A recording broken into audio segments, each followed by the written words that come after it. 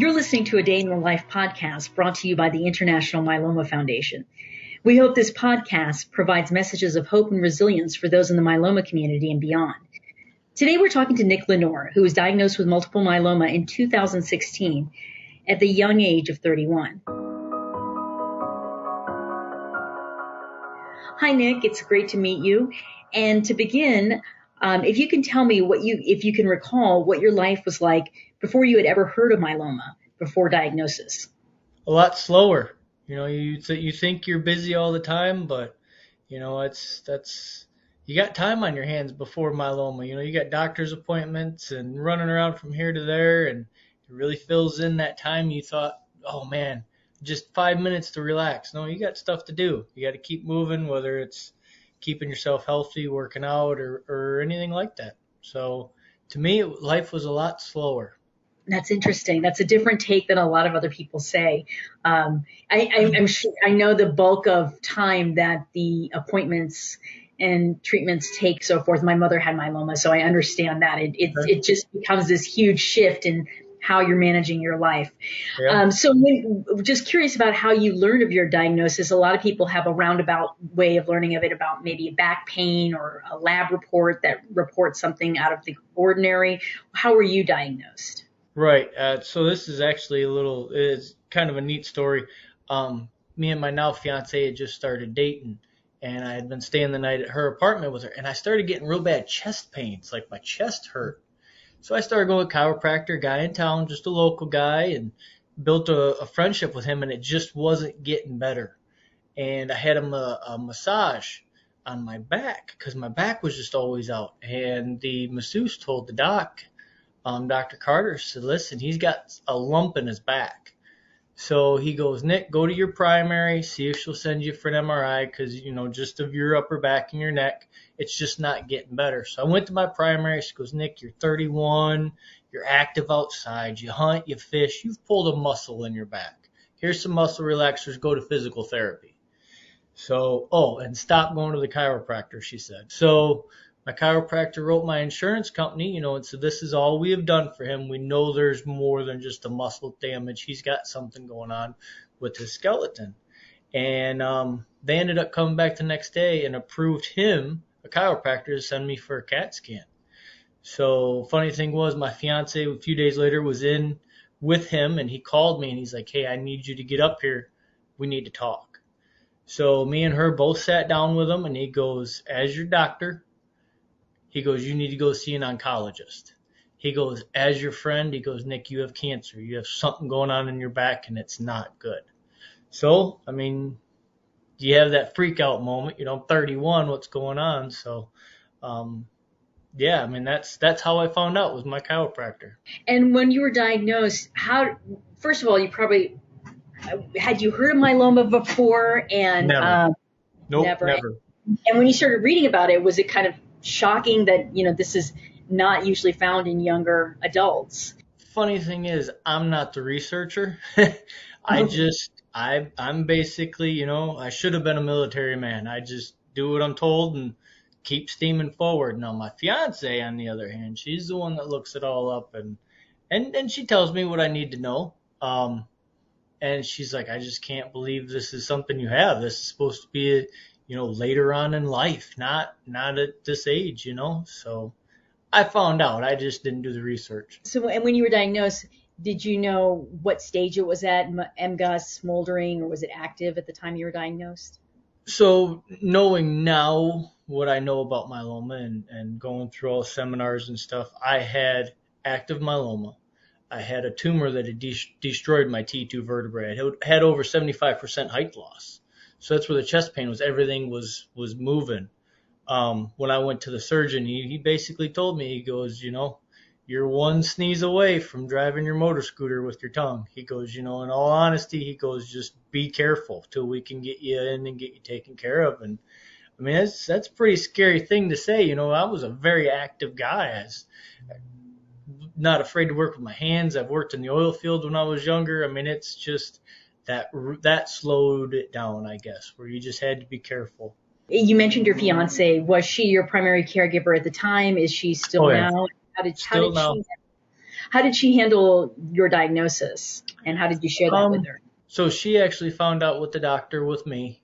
I think she handled it pretty well. I mean, she hid it from me. I knew she had her moments where she would break down and lose it. It caused some stress in the beginning just because we're two different personalities and we handle things different. But, I mean, all in all, she sits here and just sits back and lets me do what I need to do. I mean, nowadays I do everything, she doesn't even go with me anymore. It's just kind of become normal life. I got to go. It's Monday. I got to go get treatment, and I'm going to feel like garbage for the next 3 days. So it's just become a way of life now. But in the beginning, it was pretty scary. And do you have kids, and how old are they, and how did they react to your diagnosis? So at the time, I had a 9-year-old daughter from previous of my now fiance. And we just, at 9, we hid the bad stuff from her. We told her it was cancer and that I was going to go. We told her the treatment plan, the docs had laid out for us. And so she's seen me get sick and, Dad got better the next day, and stuff like that. So we kept her involved, because when they start feeling like you're keeping it from them or not telling them the truth, then they start to worry. But if she knows that we're trying to take care of it, and that's how we looked at it. But I now have 3 more kids since diagnosis. And how do you relate your treatments with them and kind of your outlook with them? So they're my driving force. I mean, in all reality, I'm a dad. We take care of us to be here for them. So now, my oldest daughter's 15, she knows it's treatment day. I'm going to have Dex. I'll be up all night. We've got I got my pills on the counter in the kitchen. She knows everything that's going on. Every time I've relapsed, we've been very open and honest with her. Hey, it's back. This is what we're going to do. And she's there for doctor's appointments when we do them on Zoom. So she knows until there's a problem, she stays out of it. The little kids, I mean, my next daughter's 3 and then the twins are 15 months. So they really don't know yet. And what type of treatments have you undergone since the time of diagnosis? I'm sure there's been a number. It's been 6 years. So can you kind of illustrate what that journey has been like for you? So my first treatment was KRD, and that was a clinical trial. We were taking Crypolus from a 2-day dose and just for relapse myeloma to a 1-day dose and for first-time treatment. Responded really well to that, and my brother was a 99% match for stem cells, so I had an allo stem cell transplant. Got a year remission out of all that, and it came back. I mean, I've done Velcade, which I had a really bad reaction. I mean, I think the first time I had it, my feet went numb, but I had a really bad reaction in my stomach with the injection. So we stopped that. I did Dara. I can't even remember them all now.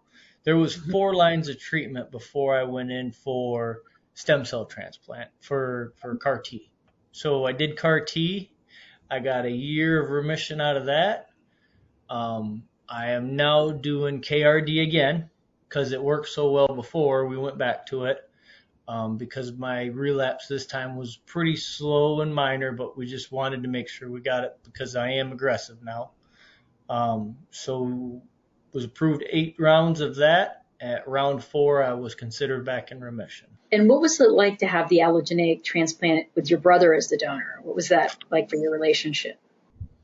So me and my brother were the growing up siblings that our parents had to take 2 different vehicles if we were going somewhere together as a family. We were oil and water. I mean, we just did 2 different personalities, 2 different outlooks on life. Nowadays, I talk to him every day on the phone. I mean, he needs something on there. If I need something, he's there. We just lost my dad about a year ago. So, I mean, on top of everything we've done together with the allo stem cell transplant to this, he thinks I owe him now. But I keep telling him I wasn't this bald before that, so it must have been his stem cells that did it to me. But Here no, it but it's brought us closer together. I mean, he's interested in everything that's going on. He's always been there. So And you mentioned your children, of course, is why you do everything that you do. And what else would you say, and that could just be it, of course, are your saving graces that keep your perspective on the daily to cope with this disease and get through each day? so I remember having a conversation with my transplant doctor after when I was getting ready to go in for my allo transplant. And I had 6 months of short-term disability. At the time I had a great job.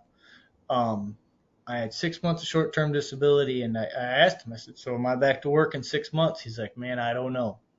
I said, "Well, if I'm not back to work in 6 months, nobody gets paid. I don't know any way else to say it. I've got good insurance through work." I said, "And it's paying for all of this."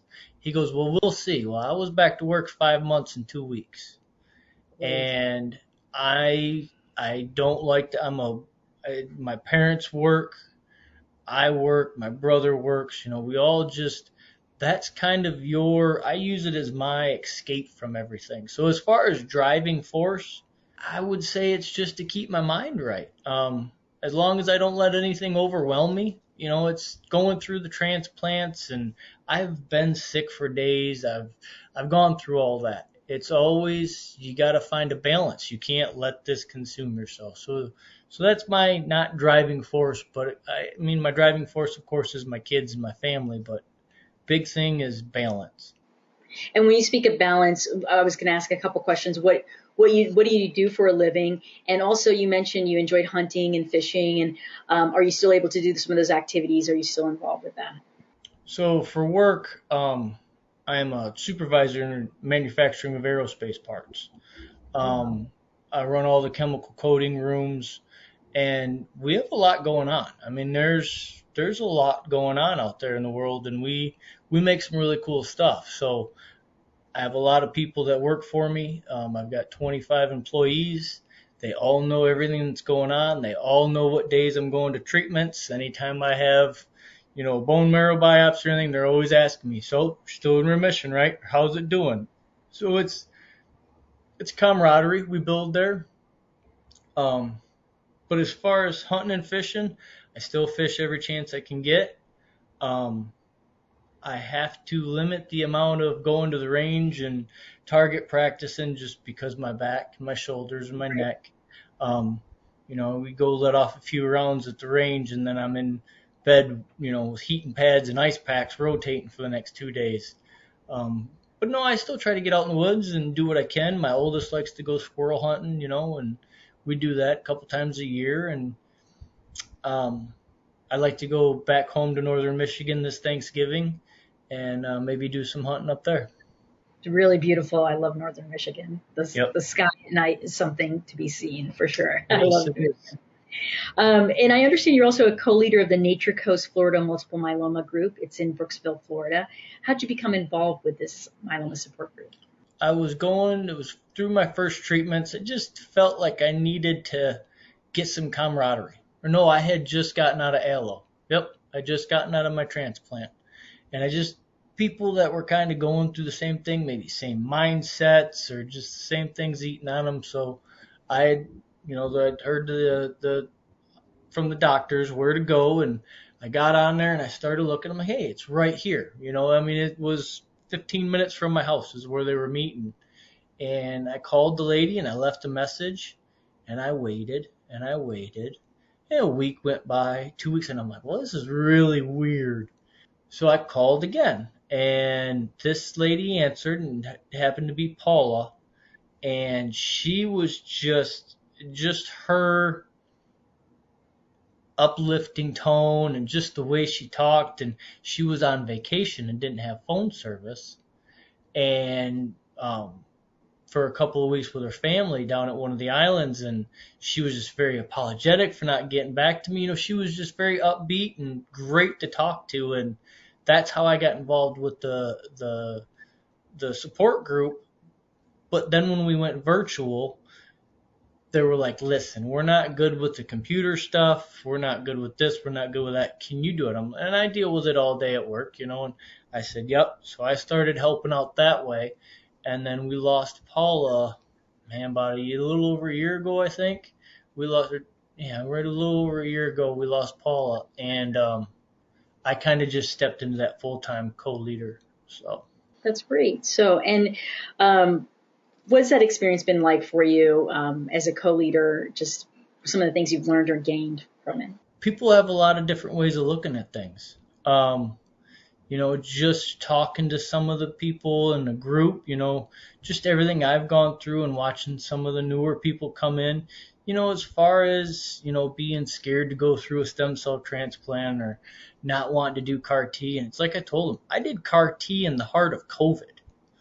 And it wasn't even a thought, and it was a clinical trial, being I was an allo transplant, they didn't want to do it on me. And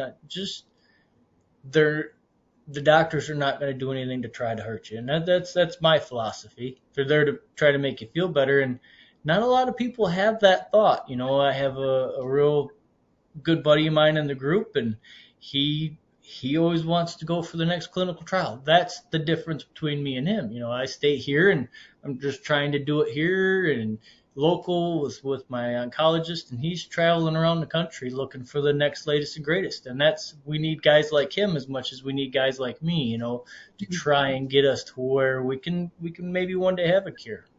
And speaking of, a lot of what you talked about is self-advocating, this particular patient who you mentioned who's always looking for the next trial, or yourself enrolling into a clinical trial. And like the IMF always believes that knowledge is power, and patients should be as informed about their diagnosis and treatment and as much as possible as they go through the process of dealing with all of this. What kind of advice would you give to a patient who is a little reluctant to ask questions of their doctor or to find out about new trials? How would you recommend that they self-advocate? Take a friend with you. If you're scared to ask, get somebody to go with you that will. Talk to them. Tell them your feelings. You're not going to hurt a doctor's feelings. They know you're just scared, confused, worried.